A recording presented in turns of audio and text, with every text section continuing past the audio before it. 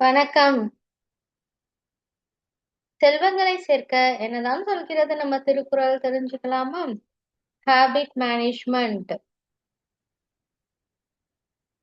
அதுல நம்ம முயற்சியா சேர்க்கும் செல்வங்கள் பத்தி பார்த்துட்டு இருக்கோம். அதுல கல்வி செல்வம் நம்ம பார்த்துட்டு இருக்கோம்.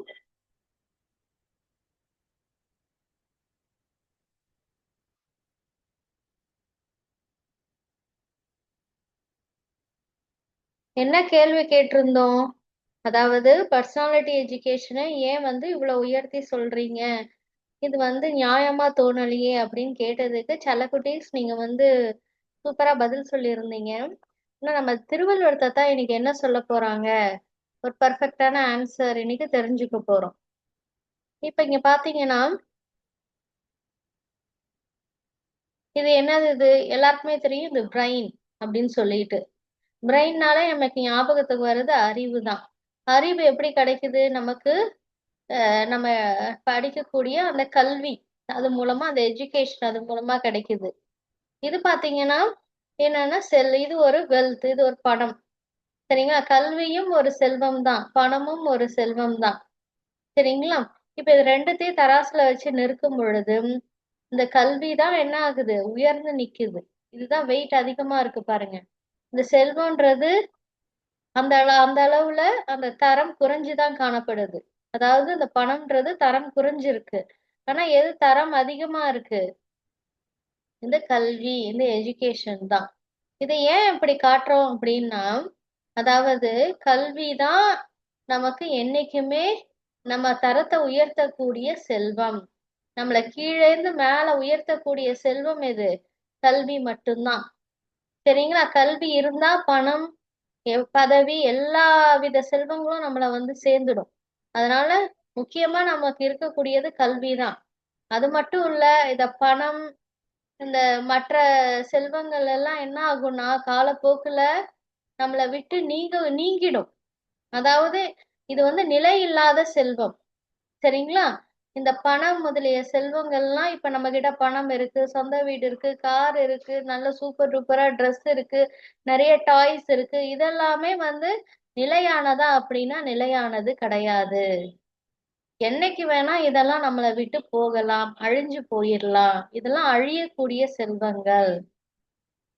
சூழ்நிலை மாறும் பொழுது திடீர்னு நமக்கு ஒரு வேலை போயிடுச்சுன்னா நம்ம கிட்ட இருக்கிற பணம் போயிடும்.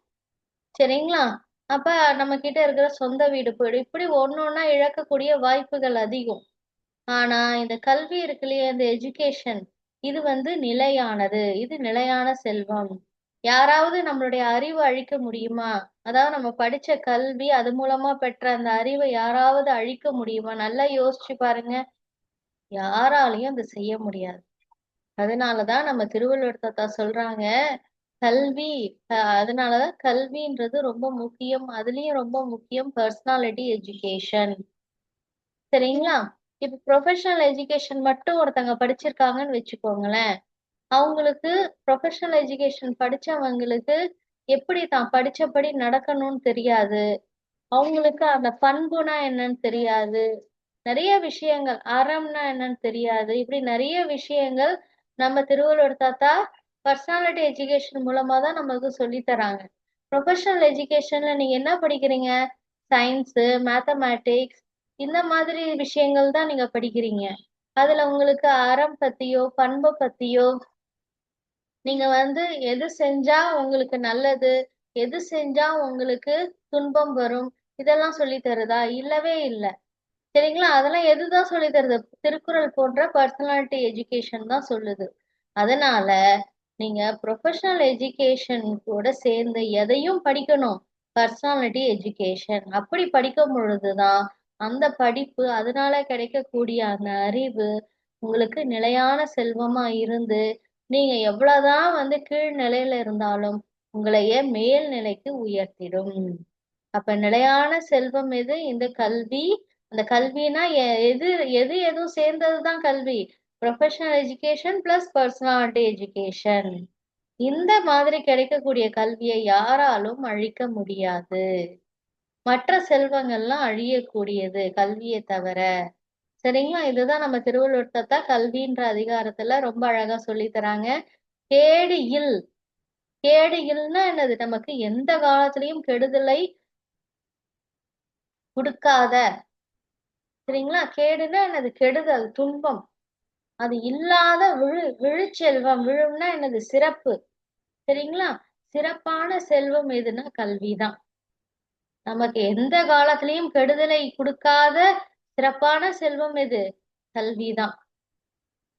ஒருத்தங்களுக்கு இந்த கல்விதான் என்னது, சிறப்பான செல்வம். நமக்கு எந்த காலத்திலையும் கெடுதலையே பண்ணாத செல்வம். மாடு அல்ல. மாடுனா என்னது, மாடுனா செல்வம். மற்ற செல்வங்கள்லாம் இருக்கு இல்லையா, அது செல்வமாவே நம்மளால கருத முடியாது. ஏன்னா அந்த செல்வங்கள்லாம் அத செல்வமா கருத முடியாது மீன்ஸ் என்ன அர்த்தம்னா, மற்ற செல்வங்கள்லாம் இதே மாதிரி கெடுதலை கொடுக்காதுன்றது நிச்சயம் கிடையாது. சரிங்களா? எந்த சூழ்நிலையில வேணா பணம் நம்ம விட்டு போயிடுச்சுன்னா நமக்கு ஒரு துன்பம் வந்துடும். எந்த சூழ்நிலையில நம்ம கார் நம்மளை விட்டு போயிடுச்சுன்னா அதை நினைச்சு வருத்தப்படுவோம். எந்த சூழ்நிலையிலையும் வேலை நம்மளை விட்டு போயிடுச்சுன்னா நமக்கு பெரிய துன்பம் வந்துடும். இப்படி நம்ம மற்ற செல்வங்கள் எதை வேணா சொல்லலாம். எந்த சூழ்நிலையில வேணா நட்பு நம்மளை விட்டு போயிடுச்சுன்னா நம்ம வருந்த ஆரம்பிச்சிடும், துன்பப்பட ஆரம்பிச்சிடும். இப்படி எல்லா செல்வங்களையும் நம்ம சொல்லலாம். ஒவ்வொன்னா சொல்லிக்கிட்டே போனா அதெல்லாம் நமக்கு கெடுதலை தராதுன்றது நிச்சயமே கிடையாது. ஆனா 100% கேரண்டியா எதை சொல்லலாம், இந்த கல்வி கெடுதலை நமக்கு எந்த சூழலிலும் தராது. இந்த கல்வியே ஏன்னா யாராலையும் அழிக்கவும் முடியாது. அது எந்த சூழ்நிலையிலும் நமக்கு கெடுதலையும் தராது. எப்பவுமே நம்மளை கீழேந்து மேல மட்டும்தான் அதை உயர்த்தும். மற்ற செல்வங்கள் நம்மளை மேல இருந்து கீழே தள்ளிடும். சரிங்களா? அதுதான் நம்ம திருவள்ளுவர் தாத்தா அதுல சொல்லித்தராங்க. கேடு இயல் விழுச்செல்வம் கல்வி ஒருவர்க்கு மாடு அல்ல மற்றையவை. சரிங்களா? இப்ப சூப்பர் டூப்பரா நீங்க தெரிஞ்சிருப்பீங்க ஏன் நம்ம அந்த கல்வி முக்கியமா பர்சனாலிட்டி எஜுகேஷன் இருக்கணும்ன்றத நம்ம வலியுறுத்துறோம் அப்படின்னு சொல்லிட்டு. சரிங்களா? நீங்க இந்த கேள்வி பதில் அப்புறம் உங்களோட ரைட்டிங்ஸ் இதெல்லாமே உங்களுக்கு என்ன புரிஞ்சுதோ அழகா சொல்லி எழுதி அனுப்புங்க. இதுதான் இன்னைக்கான அசைன்மெண்ட். தேங்க்யூ.